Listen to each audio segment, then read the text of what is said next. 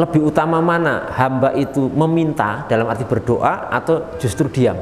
Itu lebih mulia mana? Antara hamba yang meminta kepada Allah ataukah hamba yang diam tidak meminta?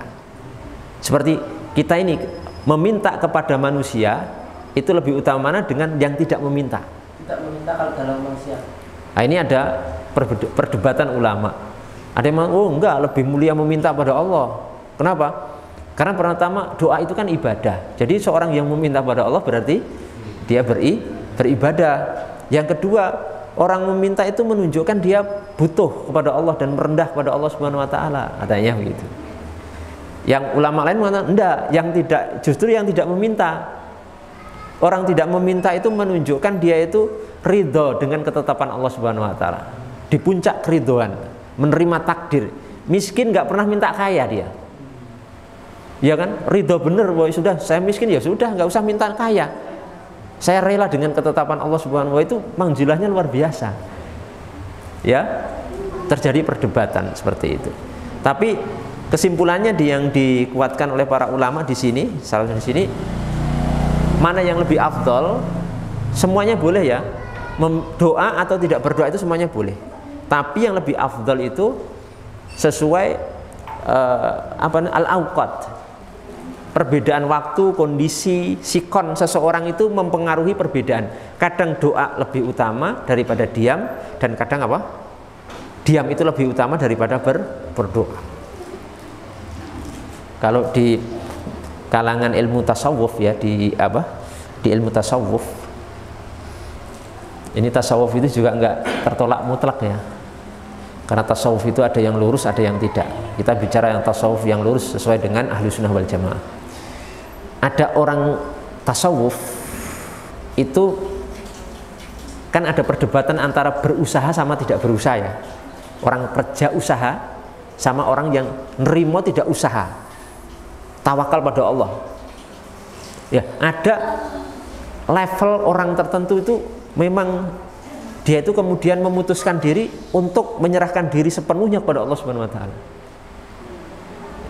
Dia nggak bekerja, tapi juga nggak meminta, gitu. Misalkan dia cuma berdiam di satu tempat. Kalau ada yang nganter makanan padanya, dia makan. Kalau tidak ada, dia tidak akan makan. Sudah, pokoknya percaya pada Allah 100% sepenuhnya, nggak bekerja juga. Ada orang-orang seperti itu, dan menurut Imam Ghazali itu diperbolehkan. Dan itu level orang-orang tertinggi ya, sampai seperti itu. Dan ada yang seperti itu, nggak minta tapi juga nggak kerja.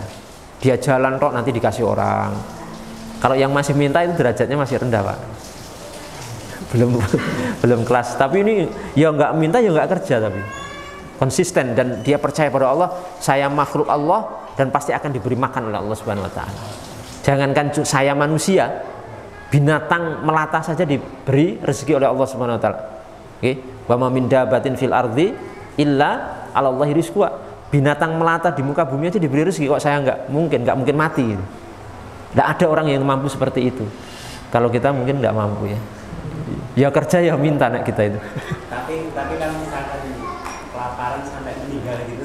Ya dia sudah niati itu. Siap. Iya. Kelaparan sampai akhirnya meninggal itu sudah diniati. Tapi itu tidak terhitung dosa. Tidak terhitung. Bukan terhitung bunuh diri ya. Kalau bunuh diri kan menyengaja untuk mati. Tapi orang-orang seperti ini, dia itu menyengaja untuk hidup, tapi bergantung pada Allah, Sang Pencipta, Sang Pemberi rezeki, begitu. Bukan kalau orang itu kan orang sengaja tidak makan untuk mati. Nah ini orang itu nggak pengen mati juga, tapi untuk makan dia tergantung pada sinten? Allah Subhanahu wa taala, Sang Zat Pemberi rezeki, begitu. Paham ya? Ya itu luar biasa, ada orang-orang yang seperti itu ya, kata para ulama kita.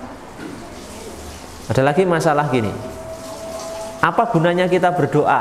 Lah kan takdir sudah ditentukan, rezeki kita sudah ditentukan.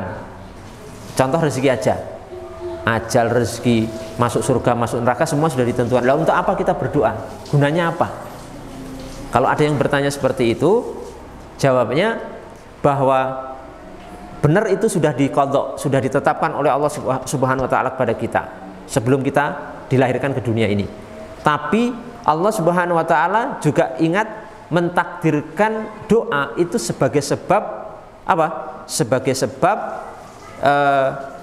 liradil bala, untuk menolak bala.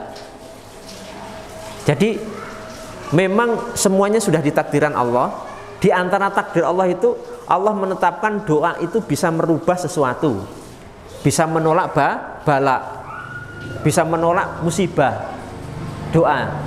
Makanya jangan sampai kita berargumentasi bahwasanya untuk apa kita berdoa, wong semuanya sudah ditentukan. Ini keliru kalau seperti ini.